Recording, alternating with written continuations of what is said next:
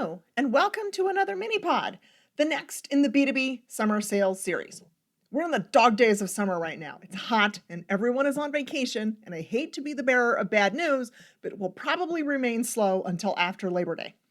And then after Labor Day in B2B, it is a sprint to the end of the year.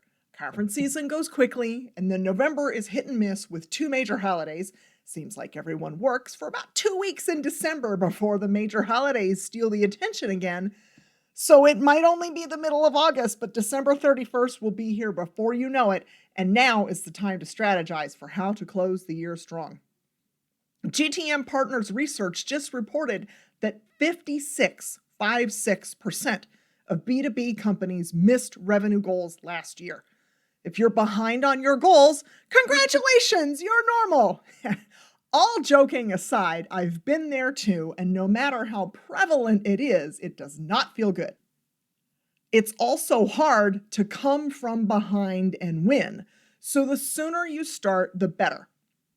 Now, you might be planning or hoping on conference leads to carry you through with a W, but what's your backup plan if there aren't enough leads, or the leads that you collect are gun shy? I've got 3 strategies and a bonus tip for you that are inspired by a real client's project, but that you can have for free. Start planning tomorrow for how to feel amazing on December 31st. Your first tip: analyze your late stage deals. Use your favorite data analysis or AI tool and identify late stage deals that could close by the end of the year. Refer back to my blog for tips on pipeline health checkups to remember what needs to be in place for that to qualify as a deal that's likely to close. Once you have your targets identified, collaborate with your marketing partner and strategic partners in order to cheaper ways to win. Do you need a special piece of content geared toward late-stage objections? Do you need to tag team with a strategic partner? And while you're checking in with your partners, see if they're working on any deals with folks that you could also talk to. It's not too late to close a partner lead. 2, return to your stalled deals. Using that data analysis or AI tool, identify deals that could also be re-engaged. For specific tips on follow-up and re-engaging, check out my blog. What you want to do is specifically look for prospects who fit your ICP and either ghosted you or where your next step is a little ambiguous, like check back in 6 weeks or check back next quarter. What would you prefer? Reaching out to them with a "I'm just checking in, I'm just following up" message, or a message with real value that will get them thinking about how your services can help them? I'm going to bet it's that second one. In addition to the tips in my blog, you can have one of my favorites. I was reviewing my notes and I have some questions. Reviewing notes makes you sound smart and like you're preparing and you're being studious and that you care. Hopefully you do. Or another one of my favorites, fall on the sword.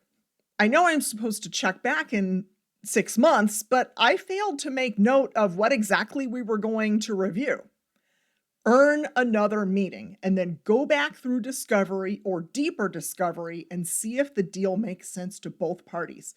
Leverage your mid and late funnel marketing content and your strategic partners here as well. Number 3, look at your current client base. Analyze for happy and healthy clients who are underutilizing your system or services.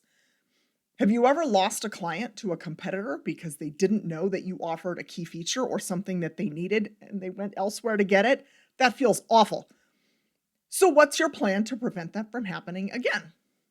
Maybe you've got clients who have grown and have different needs than when they signed up. Or maybe you've added more features or ancillary services that tenured clients might not know about. Think about this. In Anthony Iannarino's book, Eat Their Lunch, he reminds us that when you're courting new clients, you bring them new ideas and insights and added value. When they become clients, there's a honeymoon period during implementation, and then typically suppliers tend to get complacent or feel entitled to the business. And then your clients are open to hearing new ideas from your competitors. You need to keep them informed and up to date and continue to align with their goals and objectives. Now, if you're worried about coming across as salesy, you have every reason to be nervous. I remember the first time I installed a customer success manager on my team, and when he started calling clients, the reception was chillier than we expected. Who the hell are you? I already buy from you. I don't want to talk to anyone from sales. So ask yourself how you can ensure that your current clients are going to see the value in the additional features you offer without feeling like they're being sold to. For non-salesy ways to do so, consider leveraging client success stories. You probably have new clients that are using those new features or ancillary services, and you could leverage a success story, either in your delivery or in some marketing content. You could also incorporate the new features into your regular QBRs with your clients, where you're checking in with them, you're doing status updates, and it's just in there kind of naturally, so it doesn't feel like, hey, here's a demo on our new stuff. Don't you want to buy it? A QBR can be a nice way to do that without feeling weird. And don't forget to ask for referrals. Warm leads close faster, and you still have time to bring those home before the end of the year. Side note, while you're analyzing your clients, also make note of the ones who aren't happy and healthy and run your customer success plays.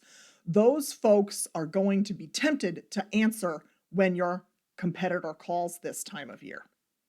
And here's your bonus tip, number 4. A magical piece of content that can help you generate urgency and overcome your toughest competitor, status quo. Guides, implementation guides, buyer's guides, timelines. Sometimes prospects will give you the brush off because they're busy, and we all tend to think that the end of the year is far off. Showing a guide or a timeline can help build that urgency. Let's take a scenario where they want to go live January 1st, and let's back into that. Usually that means going live between Christmas and New Year's, and that's a week where a lot of people take time off, so they're going to have to work around that. They're going to need to test it first and fix any hiccups.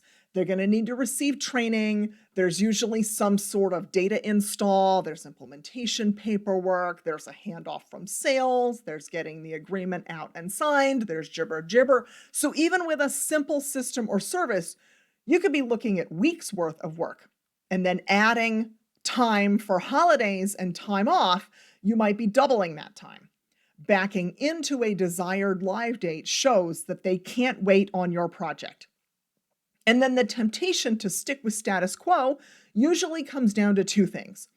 First off, you might be vastly improving processes or saving large amounts of money for them, but their company probably isn't in complete freefall, and they're probably doing fine.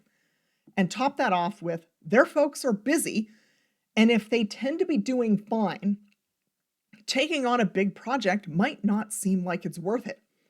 Your guide will break the project into bite-sized chunks and show them that you're there with them every step of the way, and it makes it much less daunting. A guide can also be a great thing to put on your website to capture buying intent of your mid to late stage prospects. Let's remember that even when they are engaged in a buying process with a B2B salesperson, most buyers tend to continue to do their own independent online research, and you'll want to have those resources available to them as well. So let's wrap it up. The end of the year is coming sooner than you think. Labor Day to New Year's Eve is a whirlwind of conferences and holidays. While things are still slow, take time to analyze your pipeline and your current client base and make strategic plans to close your year out strong. 1. Identify late-stage deals that could close and collaborate with marketing and strategic partners on moves that will bring them home. 2. Identify stalled deals that you could re-engage. Remember those folks who told you to call back in 2 weeks? Well, it's time to call them. Number 3, identify happy and healthy clients who are underutilizing your product or service and come up with a non-salesy way to showcase the benefits to them. 4. Create a guide that will help overcome your prospect's inclination to procrastinate or their fear of taking on a big project. If you need more specific tips, I've got some blogs and other content that goes deeper into some of these topics. If you need help finding those goodies, please let me know. You can also pick my brain if you prefer. Find me on LinkedIn. I'm Summer Paletti, rhymes with spaghetti, or online at theriseofus.com. See you next week.